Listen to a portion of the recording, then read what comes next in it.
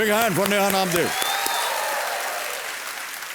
आपके चेहरे के ऊपर ऐसा है कि आश्चर्य है कि कहाँ आ गई हो मैं, क्या हो रहा है, जीत गई हूँ मैं। मुझे सपना लग रहा है सब। आपको सपना लग रहा है? जितने लोग यहाँ आते हैं सब यही कहते हैं, लेकिन दरअसल ये सपना नहीं, ये हकीकत है। बहुत बहुत बधाई आपको नेहा जी। देवियों सज्जनों, मेरे सामने हॉट सीट पर बैठ गए हैं इस हफ्ते की पहली खिलाड़ी।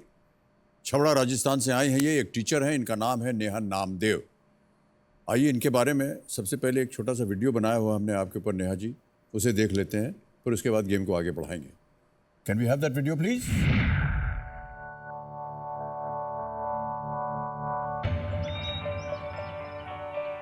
मेरा नाम नेहा नामदेव है। मैं राजस्थान के छोटे से शहर छबड़ा में रहती हूँ। मैं एक गवर्नमेंट स्कूल में अध्यापिका हूँ। हम नामदेव यानी दर्जी समाज से बिलोंग करते हैं।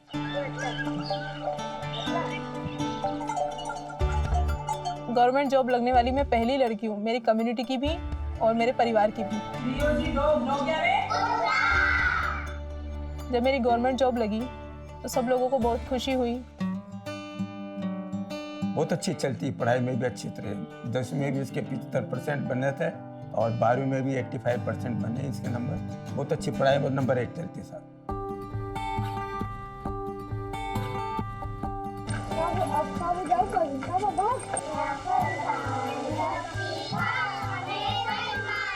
मेरा स्कूल छबड़ा से 5.5 किलोमीटर दूर शामपुरा गांव में स्थित है।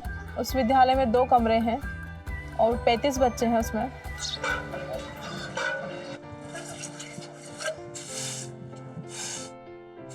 कुछ बच्चे ऐसे हैं जो कई कई दिनों तक स्कूल नहीं आते। उनके पेरेंट्स उनसे घर पे काम करवाते हैं, खेती का काम करवाते हैं, पानी भरवाते हैं। हमें उनको बुलाने भी भेजना पड़ता है दूसरे बच्चों को, क्योंकि उनकी माली हालत बहुत कमज़ोर है। इस कारण वो अपने बच्चों को फाइनेंशियली सपोर्ट नहीं कर पाते। शादी हो जाती है तो कहते हैं ससुराल जाओ, ससुराल वाले कहते हैं मायके जाओ। उनका घर कहाँ होता है, इसलिए मैं अपना घर बनाना चाहती हूँ।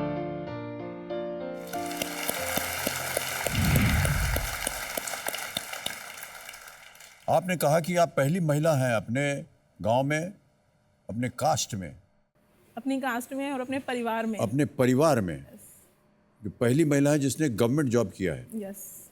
और कोई नहीं है? कोई नहीं है सर। तो शिक्षा आपने कैसे प्राप्त की? शिक्षा 12th तक की है, फिर BSTC की है मैंने। फिर उसके बाद तो जहां आप रहती थी वहां शिक्षा का साधन नहीं था क्या? नहीं थे वहाँ तक, लेकिन 12th तक ही स्कूल था। उसके बाद आपको बाहर जाना पड़ता है 50 किलोमीटर 40 किलोमीटर। वहां उसके बाद और शिक्षा नहीं मिलती थी? ये कोई नियम था या सरकार के साधन नहीं थे या क्या था? साधन नहीं थे। अगर वहाँ पर साधन होते तो शायद पापा करवा देते। जी। तो आपको जाना पड़ा 40-45 किलोमीटर दूर। यस। कैसे जाती थी आप वहाँ शिक्षा प्राप्त करने? हम ट्रेन से जाते थे, बस से जाते थे। प्रतिदिन? प्रतिदिन। तो दिन भर में तो 100 तकरीबन 80-100 किलोमीटर हो गया है। यस। शिक्षा प्राप्त करने के लिए इतनी दूर।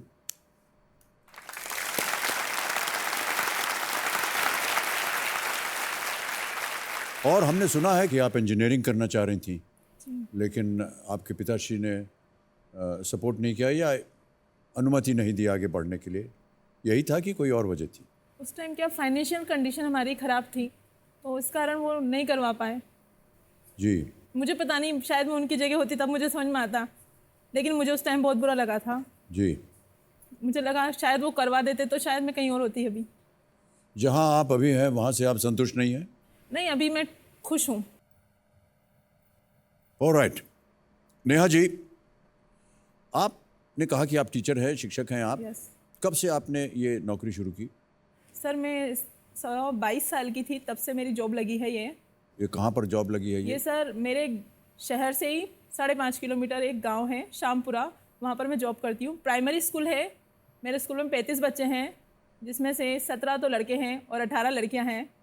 तो मैं लड़कियों पे ज़्यादा ध्यान देती हूँ क्योंकि लड़कियों को फैमिली से सपोर्ट नहीं मिलता है। बिल्कुल सही कहा। Well done. बहुत सी ऐसी हमने कहानियाँ सुनी है नेहा जी, जहाँ पर गांव वगैरह में हमारे देश में लड़कियों को 8वीं कक्षा 9वीं कक्षा के बाद बोल देते हैं मत पढ़ाई करो क्योंकि इसका तो ब्याह होने वाला है, क्या फ़ायदा।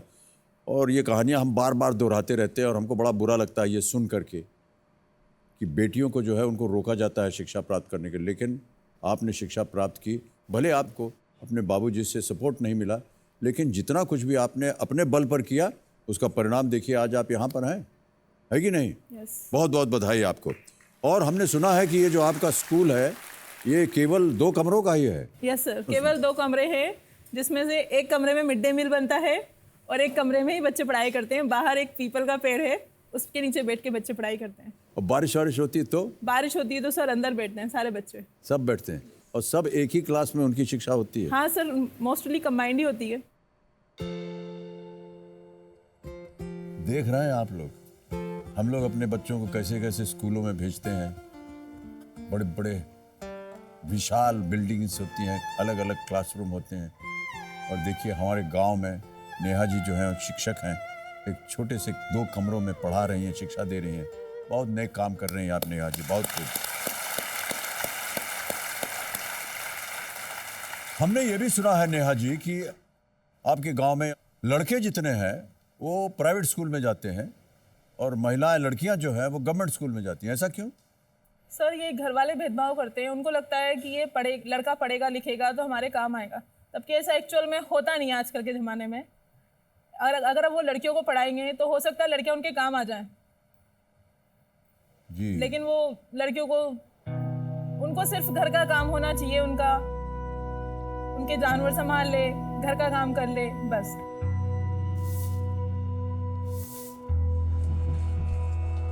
यहीं तक सीमित रहती है उनकी सोच।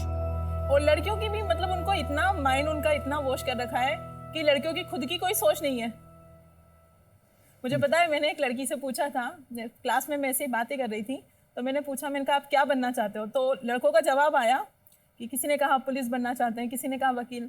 लड़कियों का किसी का जवाब नहीं आया। मैंने बहुत प्रेशर डाल के कहा तो एक लड़की ने कहा अरे बड़े होकर शादी करनी है। तो उनका माइंड ही नहीं है इतना कि ऐसा भी कुछ होता है। अद्भुत है ये सोच।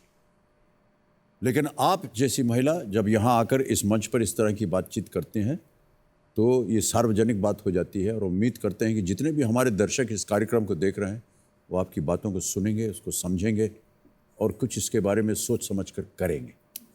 बहुत बहुत बधाई आपको।